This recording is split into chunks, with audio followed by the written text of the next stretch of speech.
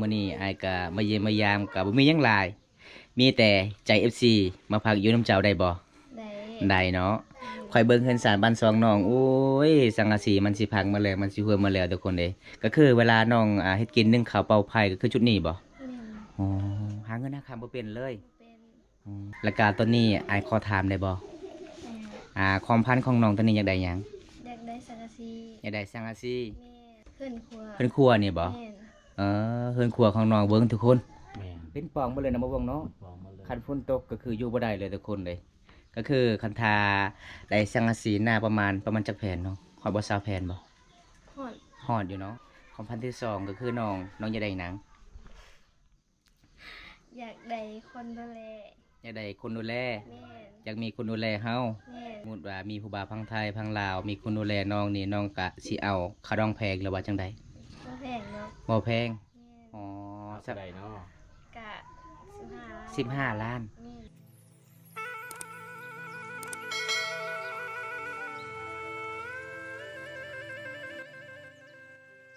อันนี้จะสุก สวย สุกแล้วบ่มื้อนี้ ถึงแล้ว สุกแล้ว อืม อันนี้คือน้องสุกสาวลาวแต่งตัวงามสิไปไสแต่งตัวงามมื้อนี้นะ บ่ได้ไปใส่ซ้ อยู่เฮือน ำกระตื่นนอน หากระตื่นนอน อืม บ่แม่นลงผู้บ่าวขึ้นนี่บ่ บ่ บ่มีผู้บ่าวอีกมี FC ว่าเจ้าเว้าภาษาลาวเก่งก็เลยอยากลมอยากคุยกับเจ้าเพิ่นว่าคุยได้เนาะ คุยได้ คุยได้เด้อทุกคนยังบ่มีไผจอง เห็นมีไฟจอง ใส่จอง ถ้ามีคนจองหับห้องหับถ้ามีคนจองหับห้องเสมอ อืม อืม ทำห้องว่าได้เป็นแฟนแน่นอน เออ ไม่ใช่อะไรเนาะ นี่น้องหากันมาแต่มาแต่ใส่กินอีกอะ โอ้ยตะกี้นี่ก็หากระตื่นนอน หาก็ตื่นนอน อืม อ๋อจะว่าไปแกล้งบ่แม่นบ่เมื่อวานนี้ เมื่อวานนี้ อ๋อเป็นยังไงเป็นผู้เบาลาว บ่าวบอง ฮะ จะสังเกตลองเบิ่งสาวสุกกับสาวเพอคือสองไอ้น้องเด้ แม่น จะฮู้ว่าสาวเพอบ่ ลอง บ้านไหน ลองยิ้ม บ้านเก่งอะลองคล้ายๆกันเลย คล้ายกันเลย คันน้องอยู่นํกันนี่งามคือกันเลย คือกัน สา เล วย คือ ซาเฟอร์ บ่ฮู้บ่แต่สาวเพอว่าเราบ่ค่อยเก่ง เฟอร์หรือว่าเพอ เพอ เพอ สาวเพอหรือเมียเพลอได้เจอกัน เออ โอ้แสดงว่าสาวสุกนี่ใส่หมองเก่งได้ แม่นบ่ คนที่ซื้อสุกนี่ใส่หมองสอนป่าไล่ป่าเก่ง อันนี้เพิ่นไล่เขาฮอกเก่งได้ แม่น เออ มีแต่คอยนั่นเลยขี้ลาย ได้เออ คนที่สาวสุกนี่สุกอีหลีเด้ สุกดี ถ้ากินเป็นแล้วก็แซ่บแซ่บ กินแล้ว กินแล้วก็นอนกินแล้วก็นอน กินแล้ว อ้าว ก็นอ ไม่ น ไปสิมา สมมุติว่าเจ้าเอาพัวนี่คันเจ้าบ่ได้เอาให้แม่นพอได้เฮ็ดซอยล่ะจำเป็น จะเป็น โอ้ชื่อนั้นแล้วเจ้าน่ะ ซื้อสุก ชุก เนี่ย ชุกแต่โดนเลย สุกไปโดนแล้ว ชุกแต่โดนแล้วเนาะคิดว่าหากระชุกนี่อายุจักปีเจ้าน่ะ 18 ปี 18ปี เนี่ย พ่อพูดหลายๆถ้ามีคนคุยก็คือต้องคุยโดนๆไปก่อนเนาะแล้วก็ถึกใจกันแล้วเห็นใจกันแล้วจึงเอากันได้ อืม โอ้เพราะว่าช่วงนี้ถ้ามีคนคุยก็คือน้องก็ยังบ่กล้าเอาคุยได้ คุยได้ อ๋อคุยไปนานๆเพิ่นว่าทุกคน จะได้กินตำมี่ตำพุน มื้อนี้พาก ระชุกตะรนนะบ่อยทางกระชุกนี่ พาเซาซุกไปเลาะห่านก่อน นี่นะ ไม่ไป สิ ซื้ออยู่นี่ สิกลับไปเลย เอ้า ซื้ออยู่นี่ ซื้อที่ใช้ ไปทางใดก็ไปนำผู้สาวทางใดห้อมก็ไปทางนั้นล่ะ ที่ใช้มีเลยชื่อยูฮันนะ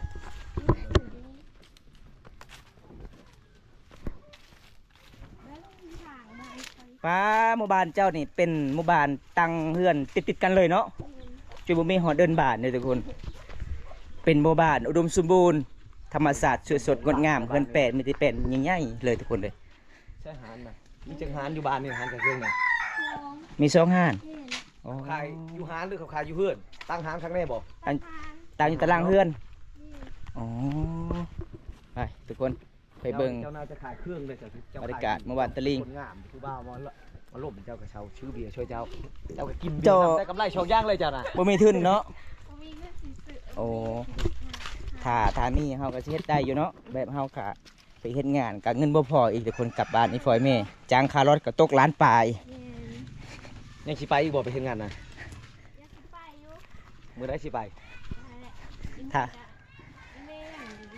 ถ้าไปมื้อหน้าบอกเบาบุญตาเด้อเบาบุญตาสิไปนำ อีเมย์ก็ยังเจ็บหลังอีก โอ้ไอ้แม่บ่สบาย เนี่ย โดนเอาฮอนห่านเลยบ่ห่านน้อยๆนี่บ่น้อง เนี่ย เจ๊นี่บ่เจ๊นี่ตะบุญอีจ้าเพิ่นว่าเอ้า อันนี้เจอแยะ เอาทุกคนนี่ ใช่หันนะ หอดห่านเลยเด้อ นมโอ้ยเบิ้ลหูไว้เอ็นนั่นคือ ปุ้นเห็นไหมจ้ะทำมีประเด็ก ย้อนเจ้าบ่มีบัตรสาสุกประเด็ก หันนี่ทิ้งไว้หันนี่เนาะ โอ้อันนี้เป็นห่านเกศชนบทไม่ยังยับนะไม่ยังดอกบ่เอาตอนนี้สาสุกเพิ่นก็สิเลือกก่อน เห็นไหมไม่ยังเจ้าจะใช่หรือจะเอารถ บารักลูไปกลูเลย เจ้าเอาตามใจรถมานี่บ้าปุตตาปีเต็มที่ น้ำตาลเนี่ยนี่วะ เอาเอิดเอาเมฆานี่เว้าลาวบ่เก่ง แต่ใครเคยได้เก่งเนาะ มีตู้อยู่ตู้เย็นนะคือบ่อนั้นคือบ่ได้เย็นว้าบ่มีเย็นตู้แช่มี กลางคืนก็นอนอยู่นี่มันไม่เท่า เสียแล้ว นอนอยู่นี่บ่กลางคืนบ่ บ่ อ๋อไปนอนอยู่เฮือน เออ บ่ได้ยานโจรลักบ่ กันจะจ้างผู้ชายมาเผานี่ เคยมีบ่โจรไปลักกลางคืนมันไม่เท่าเบิ้นแต่กล้วยตัวเสยดาว น้ำตาลถุง500 4,000 46กับ24กับน้ำหวาน46 น้ำตาลข้าวผักเตรียมมาแล้ว เตรียมกันนำฮากี้นำ2,000 44 ตัวนี้เป็น50น้ำตาล น้ำตาลทงหนึง2,000 54,000ได้แล้วบ่ ได้แล้ว เอาทุกคนตอนนี้ก็สิพาน้องไปตำมี่ก่อนเพิ่นว่าจะกินตำมี่มื้อนี้อากาศร้อนหลายถ้ากินมี่แล้วก็มันก็สิเซาร้อน โอ้ชาวเวียงเชื่อใจอยู่แล้ว ยังสาวเวียงนะ อ๋อมาแต่เวียง โอ้สาวเวียงจันทน์ โอ้ สาวเวียงจันทน์ถึกบ่าวเวียงจันทน์ถึกต้มเด้ก็เลยมาอยู่สวรรค์ต่อเพิ่นว่า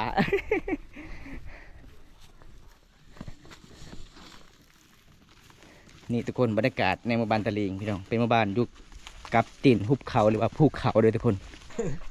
เขาเห็นมาเลยคนในบ้านนี่เขาเฮ็ดหยังกะ ปุ๊ไปทางอยู่ภูเขา คุ คุณ ณ ผู้พุ่นเลยเจ้า เออ เลียวเฮ็ดทนเมืองพี่ได้เจ้าอยู่เบื้องไหน เอามันมีสัญญาณเนี่ย มีสัญญาณมาอยู่พุ่นบ่ นี่เนาะ โอ้ม่วนเนาะ พอดีแล้วจะขึ้นไปอยู่บนมีสัญญาณ หายามหน้ากับหน้าแห้งได้ทางนั้นเด้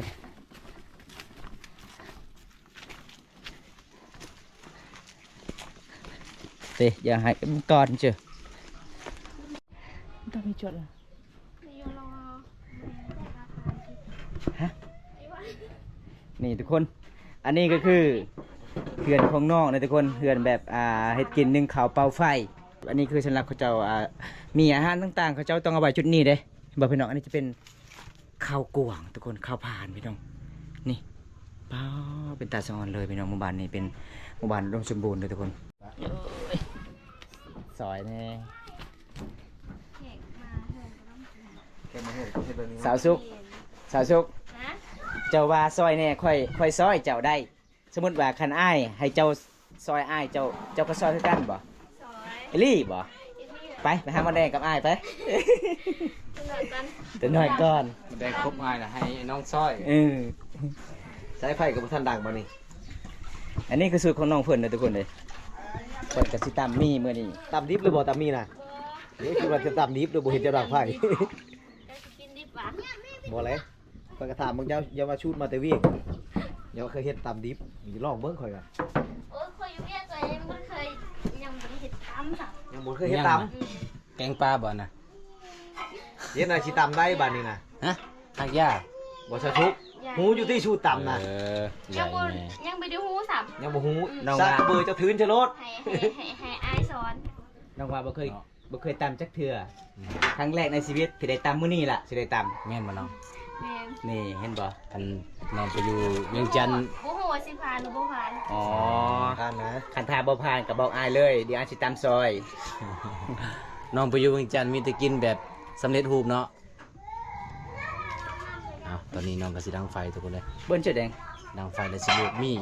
แล้วก็สิต้ม ไฟยังบ่หมดติน่ะหมดแล้ว สิต้มจักสิตามเลยทุกคนเลย ดับเลย เด้ยังอยู่นั่นน่ะเป้า ดับแล้ว เป้าไหลกี่เท่าเขา บ่ได้นะ เขาปอดหนังปอดขึ้นได้ ปอนใหญ่ปะ อันกี่ฝุ่นนี่บ่เป็นหยังปะทุกคนเลยมีเป็นสารของขวา ย้อยเลยเลย โหยังบ่หมดอยู่การฮ้อนหลายทุกคนเลยแต่มาเยี่ยมมายามน้องวันนี้คือเก่าพี่น้องเลย FC คิดฮอดก็เลยมาฮอดจอดถึงหมู่บ้านนี่เดินทาง2ชั่วโมงเต็มเลยทุกคน เพื่อชิฮอดเนาะ เพื่อสิฮอดมาเบิ่งสาวสุขวิถีชีวิตน้องคนนี้ เป็นเนาะนางไฟก็เป็นเนาะเฮ็ดกินก็เป็น เป็นสาม ใช้กับไฟจำได้ละไฟนะ นี่ อ๋อ ลูกหรือบ่มันลูกหรือบ่ กับไฟนั้นได้หรือบ่ได้นะเจ้าคิด โอ้ได้แล้ว คิดใช้มือว่าบุญตาบ้างหัน มันสิลูกแล้ว ลองมาก่อนคิดใช้มือว่าบุญตานะ ไตบ่เนาะโอ้แสดงว่าของแท้ ของแท้ ไตได้อ เก่ง ยู่ คือเจ้าโนเป้าเอาไผ่กับไรบ่ได้อันนั้นเลยบ่ได้ใช้กับไฟเลย ยังติด กับไผ่นี่นะมันสิแตกเป็นระเบิดเลยเด้ ถึงยังโง่ปรากฏ โอ้ยมันยากแท้ โอ้ย โม่ตัวนี้เนาะเวลาเขา นี่ เฮ็ด ได้มอพัดเนี่ย เขาเฮ็ดฮีทนะเนาะเขาเฮ็ดดองนะเขาใช้โม่ตัวนี้ ผ่า เป็น น ดิ ช่วย พา นะ หมอนะไปพัด เวลาเขาเฮ็ดฮีทเขาจำผีเขาเฮ็ดดอง นะสิข้าวซอย ไม่แต่เขาก็ช่วยกันนะบ้าบุญตาช่วย เอาเป้าเจ้านะอันนี้ก็มืออาชีพใช้ตาน่ะมาเนมทางไฟนี่เด้อใช้ตานั่น จะหน่อยทึก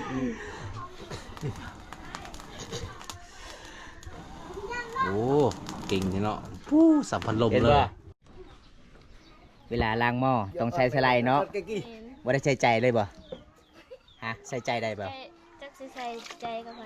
ใส่ทางนี้นี่ทาง FC นี่ล่ะ FC ว่าคันทาล้างหม้อล้างถ้วยล้างจานต้องใส่สไลด์คันล้างใจต้องใส่สุราเด้ เอาทุกคนหยอกน้องสาวสุขคนงามบานลึกลับพี่น้อง อันนี้เขาเป็นช้างเผือก สางเฟืองนี่ป่าลึกงามแบบธรรมศาสตร์เลยเด้อทุกคนเลย เจ้าก็ฮู้บ่เจ้างามเลยสาจุ หืม เจ้างามเลยเจ้าก็ฮู้โตอยู่บ่ โอ้ ฮู้แล้วเนาะเบิ่งแวนตลอดเด้ บู เจ้าก็ฮู้แล้วเจ้าฮู้แล้วมื้อนี้ค่อยบอกเจ้าได้ว่าเจ้างาม โอ้ยเจ้ากะย่องเกิน เจ้างามเลยเด้อสุดๆเลยเจ้ายังบ่ฮู้เลย เจ้ากะย่องเกิน เจ้ายังบ่ฮู้เลยบ่ แต่คันเจ้าว่าภาษาเจ้าค่อยยันฟังบ่ออกค่อยเห็นสีผมเจ้าแบบคนทางตะวันตก มาแต่ยุโรป คันน้องสิว่าภาษา แดง มัง ตะ ก เกิ ร ดบ่ผมเจ้ารู้จะใช้สีผม ตัวใส่เอา ใช่เอา นี่ ไปเห็นอยู่เวียงเขาใช่คือกัน พอดีแล้วสำนี้ เจ้ายังบ่ฮู้ภาษาเราถึงอ่ะ เอ้ย เจ้าบ่ฮู้เลยภาษา ตารางมื้อ ไปทุกคนเบิ่งน้องตุ่มมี่ก่อนลวกมี่ให้กินตามมี่อาหารแซ่บๆเลยทุกคน ติดขนาดเลยไฟข้างนอกเห็นบ่ทุกคน โอ้โหย ตังเลยเนาะบัดนี้เนาะทางหมอแล้วทุกคนเลยถ้าบ่ช่วยกับบ่สุกได้ต้องได้ช่วยกันได้ซื้อซะสุกนี่ถ้าว่าเวลาต้มน้ำมันสุกไว้ เฮ็ดจังได้ต่อบัดนี้เนาะมีสูตรอยู่บ่บ่ เออ เฮ็ดหยังอันนี้ซะสุก รางสามหลังซ้ำบ้านจะเอิ้นว่าจังได้อันนี้ หึ แต่ว่านี่กระบาล อาบ้าน แต่ว่ากระบาลนั่น อาบ้านอันนี้นะ กระบาล กระบ้าน เนี่ย โอ้คิดว่าอาบ้าน เอาทุกคนเลยล้างถ้วยล้างจานก็เกี่ยมตำหยังก็ตำซั่ว แก๊สกัด ตำหยัง ทำมี ตำมี เนี่ย โอ้ เอาจบก่อน เอาไปเอาจอกอีกตอนนี้นะเอาจากห้องเอาจากทง เอาสามเนาะ ครับ แล้วแต่เจ้าจะเฮ็ดเอา แล้วแต่เจ้า เด็ดบนน่ะ ท้องหนึงก็ได้แค่มีใจอยู่นมเจ้าก็พอ นี่ สองสาม เอาซองถ้าเอาซองก็คือแสดงมาเป็นครูเลยได้ ซ่ามาแล้วพอดี สามอ่ะสามหน รถเสียซ่ามาพอดี โดยกระซามรถใส่กระบ้านแล้วบ้านเนาะภาษาหมู่บ้านน้องกระบ้านคือกระทำเลยคนเลยยันยังยันยุ่งบ่ทำยุ่งครบแล้วจะตบให้เลย ยุ่งหยังยุ่งหมู่บ้านนี้ใหญ่เด้ ง่ายบ่ อืม นั่นแหละเขาจะตบส มันเป็นยุ่งป่าก ระ เด้ ทงเจ้าจะเห็นน่ะ ยุ่งสาง กระทง สอง สองบ่ ยันเขาจะกินน้ำยันน้องยันหลานเจ้าจะกินน้ำ คนมีลุ่มเด้เลยจะ ลูกเจ้า เอ้ยอ้าย กินน้ เจ้า ำมันจะมีลูก เป็นหลายๆรถเนาะ บอเห็ดสอง อีแม่เด้แม่ไม่จะกิน ลายบ่เอาระวังได้ระวัง ฮ้อนได้นะฮ้อนได้เอาบ่วงนี่โก าะเช่นนี่เอาบ่วง เอาบ่วง อย่าเฮ็ดฮ้อนโอ้ยยานเด้ โอ้สาบานตะเลงมีคงดีหลายคนเลย โอ้ว่าเป็นตายานแท้บ้านนี่ เบิ้งสะดวนนี่ ว่าเป็นตาจะคอน้ำแท้ พอเลยว่า ฮอแล้วหาน้ำแล้วบัดนั้น บ่เป็นหยัง โอ้ยตายยังไม่ใช่ ปีนมีนะปีนมี มีหยังนะแกะหยังนะ หัวกระเทียม อ๋อหัวกระเทียม อืม หัวกระเทียมใส่จักหน่วยใส่จักหัว สาม 3หัวก็พอเนาะคนยังบ่ทันได้มีแฟนต้องใส่คีกถ้ามีแฟนต้องใส่คู่ มื้อนี้สาวนำบ่ได้มาบ่สาระบ่ สาวละ แม่น เขาไปเฮ็ดงานเลย ผู้สาวผู้เว้าเก่งๆหั่นนะ สาระ เขาไปเฮ็ดงานเบิดเขาไปเฮ็ดงานแล้ว ไปเฮ็ดงานอ เพ ยู่ ชร ไส จะสิใช้จักหน่วยโอ้หมกเพชรจะตำไว้แล้ว เฮ็ดงานอยู่เวียง โอ้สบายเนาะ เอ็ดบ่ฮู้บ่ เพชรนี่คือน้องตำใช้กราฟไว้เลยนะทุกคนใช้จักบ่วงบัดนี่ ขอแล้ว ขอบ่สำนี้จะบ่มักเผ็ดบ่อืม เช้าแทมก็ไปเฮ็ดงาน ใช้เพชรนั่ง สะแทน แล้ว เล่นงาน เข้าห้องน้ำเลยแล่นเลยแล่นเขาเล่นขึ้นผู้ไปเลยเนาะ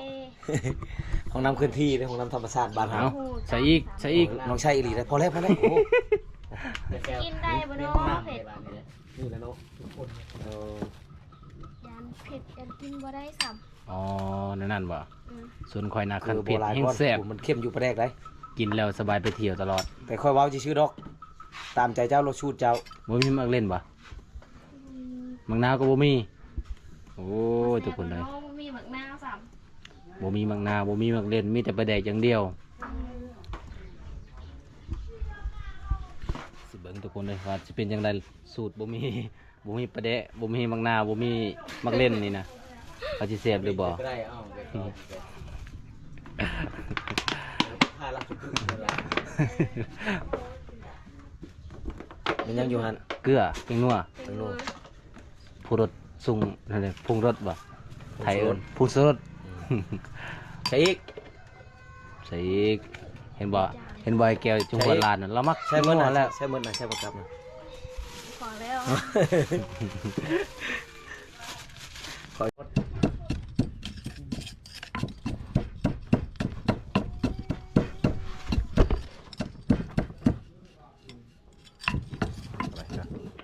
ตุกบ่แห้งแล้วนั่งลม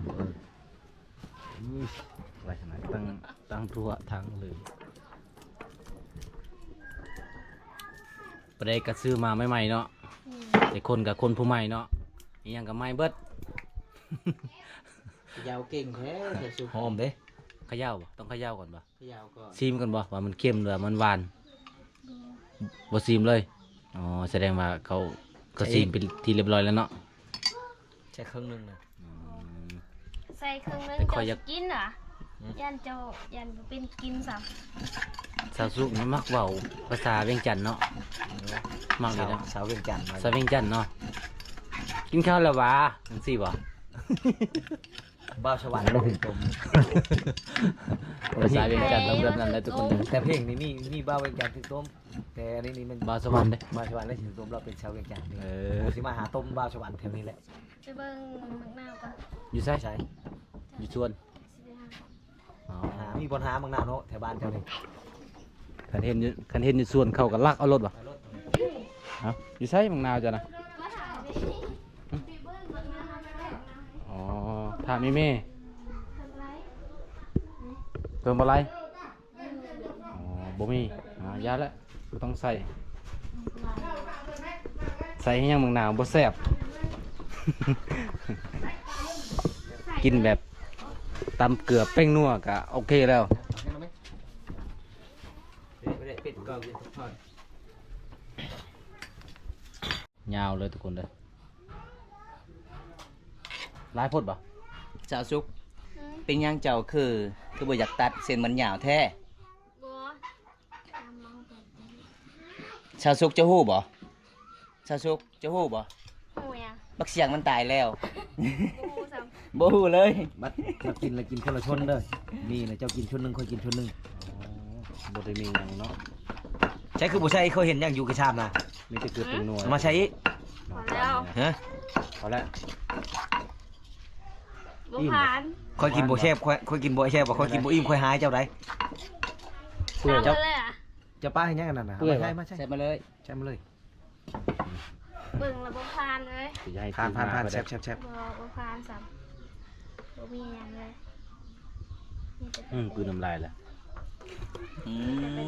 เลยสิแซ่บหลาย เจ้าบ่ใช่หยังก็ย่าคะแนนเจ้ายิ้มใช่นี่ ยิ้มใส่กล้อง เจ้ายิ้มใช่ ยิ้มใส่ MC เนาะ ใช่หัวใจเจ้านำพึกลงไปใช่ฮันความแซ่บ โอ้ใส่หัวใจกับตายแล้วเนาะ ใช่ความแซ่บลงไปใช่ฮันใช่หลาย พอแล้ว ๆเพราะว่าพ่อ ตามอีก บ่ผ่าน ผ่านนะ โอ้ยเกลือเพิ่งนัวบ่แซ่บมันจะไปใส่ เมืองบาต่ำผมมืออาชีพข้างในได้นี่ไหน แหละ เวลามีงานแล้วปื้บงานอย่างนี้แถวบ้านจะมีงานดองนี่เจ้าต้องเคยตำขายก่อนวะ เคยบ่มันจะกินอย่างเดียว อันเจ้าตำขายแล้วก็ซื้อทั้งคกเลย แม่นบ่ให้เราซื้อรถเลย ซื้อทั้งคกทั้งชากเจ้าเลย 6 ล้านนี่เอาเลย เอาสิเบิ่ง เจ้าเป็นผู้ตำและชิมก่อน ซิมก่อน บ่ มั ขั น นเจ้าย าวโพ ขัน ด เจ้าว่าแซ่บค่อยยกโปให้เลย พอดีเลยสำนักเอาทุกคน อันนี้ก็โตะอยู่เฮือนเจ้านี่เป็นของเก่าเลยเนาะเดี๋ยวนี้บ่มีเลยขายดีเด้เบิ่นทุกคนบ่มีอะไรเลยพี่น้องเอ้ยบางคนก็เขาเจ้าเอาอันนี้แล้วก็สิเฮ็ดสิมาจอดแลกได้เลยทุกคนเลย แบบบ้านเฮาพี่น้องชูดแบบเขาเจ้าฮู้เองชูดแบบโบราณ อันนี้เป็นกระโตะสมัยแต่ที่ตะกอนทุกคนช่วงนี้ก็บ่มีแล้วในบ้านเฮาเขาเจ้าขายเด้หายากเลย ยังบุก้อนก้อนอะไรคือโต๊ะกาไก่อยู่ทำนี่ ยังมีบ่เฮือนเจ้าบ่ ไก่ โอ้ ก้อนอะไรก็โต๊ะกาไก่ อันนี้ก็รุ่นที่เก่าเลยนี่นะ มีหูไก่อยู่หันน่ะผมมีดอกไม้นะ โอ้เอ้าลางอันนี้บ่ได้ใส่สไลด์ก็ได้เนาะ รุ่นที่สองที่สามมาแล้ว ใส่ก็ได้ จะใส่ใจ มันบ่ออกซ้ำ ใส่ใจเลยดิมันก็สะอาดอยู่แล้วโอ้พี่น้องเอ้ยเบิ้งแล้วน้องนี่ถ้าผู้ใดเป็นแฟนกับน้องนี่เป็นแม่บ้านนี่เบิดคำสีเว้าเลยทุกคนใจดีหลายเลย ขยันสวยน่าฮักขยันสุดยอดหลายเลยทุกคนเลยแล้ววะน้อง แล้ว แล้วเนาะเอาทุกคนย่างอีก ค่อยเห็นสาวชุกค่อยมองว่ายิ้มเรายิ้มหวานนั่นเลย ยังอีก สีล้างอย่างนี้ อันนี้ภาษาบ้านเจ้าเอิ้นอย่างน้อง เนี่ย ภาษามังกรอันนี้จะจับนะถ้วยเนี่ย แต่งงาน แต่งงาน เนี่ย โอ้แต่งงานคือถ้วยทุกคน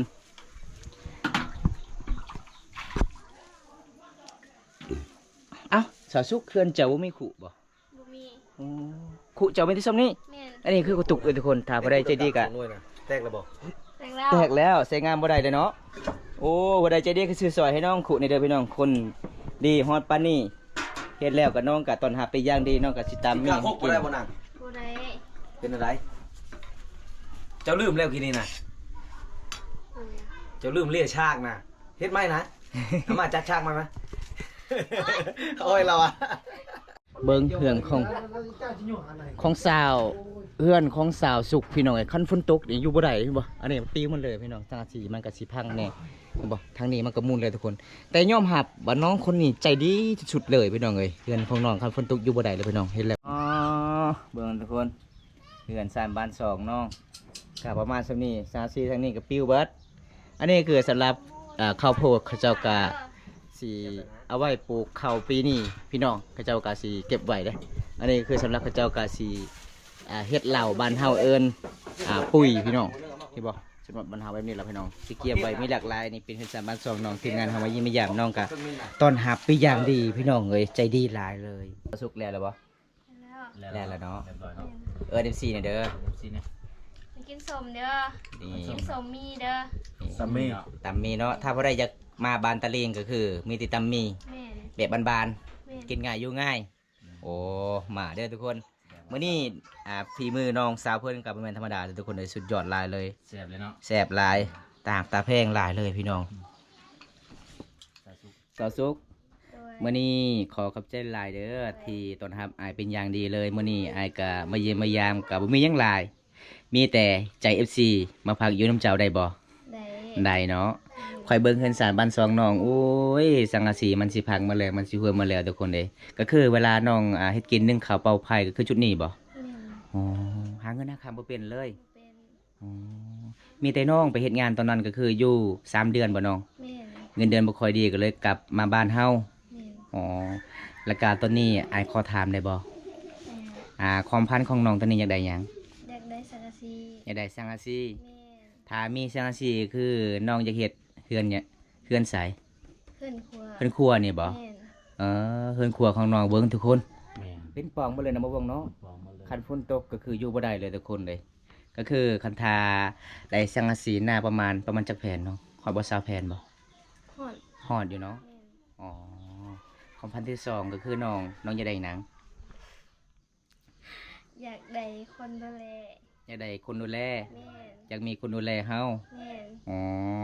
ถ้ามีคนดูแลแล้วสมมุติว่ามีผู้บ่าวพังไทยพังลาว มีคนดูแลน้องนี่น้องก็สิเอาค่าดองแพงหรือว่าจังใด บ่แพงเนาะ บ่แพง แม่น อ๋อ เท่าใดเนาะ กะ15 15 ล้าน แม่น อ๋อสมมุติว่าคันเฮาเอากันแล้วค่าดองแพงอยู่นำกันก็คือพัวตีตลอดค่าดองแพงก็มันก็บ่คุ้มค่าเนาะ แม่น สำคัญที่สุดคือหยังคือใจบ่ แม่นคือใจ โอ้ทุกคนนี่ละพี่น้องของพันธุ์น้องสุกสาวลาว เผ่ามังกรหมู่บ้านลึกลับเด้อทุกคนเลย สาวเสือบ้านปลา แม่จะได้ไอ้ายเขากลับกันเด้อน้องเด้อ โดย โอกาสหน้ามี FC พังไทยพังลาวอยากมาเยี่ยมมายามกันมาได้เนาะ มาได้ บ้านเฮาก็เป็นหมู่บ้านนอกที่สุดกับตัวเมืองเลย เส้นทางก็โคตรงาม อยากเนาะทุกคนเส้นทางก็ไปสะดวกสบายอยู่เนาะบ่บ่งเนาะ แม่นแม่น ถ้าผู้ใดบ่เคยไปมันก็สิยากแน่แต่ทีมงานเฮาเคยไปแบบเส้นทางโหดๆเฮาก็มันง่ายอยู่สบายอยู่ทุกคนแม่น ถ้าผู้ใดครับชมคลิปนี้แล้วก็อย่าลืมฝากกดไลค์กดแชร์กดติดตามทีมงานเฮาอัปเดตวิถีชีวิตสาวลาวก็จบเพียงเท่านี้ก่อนเนาะบ่าวง ด้วย โอกาสหน้าพบพอกันใหม่ขอกล่าวคำว่าสบายดีบ๊ายบาย สบายดี บ๊ายบายเนมกล้องมึงดู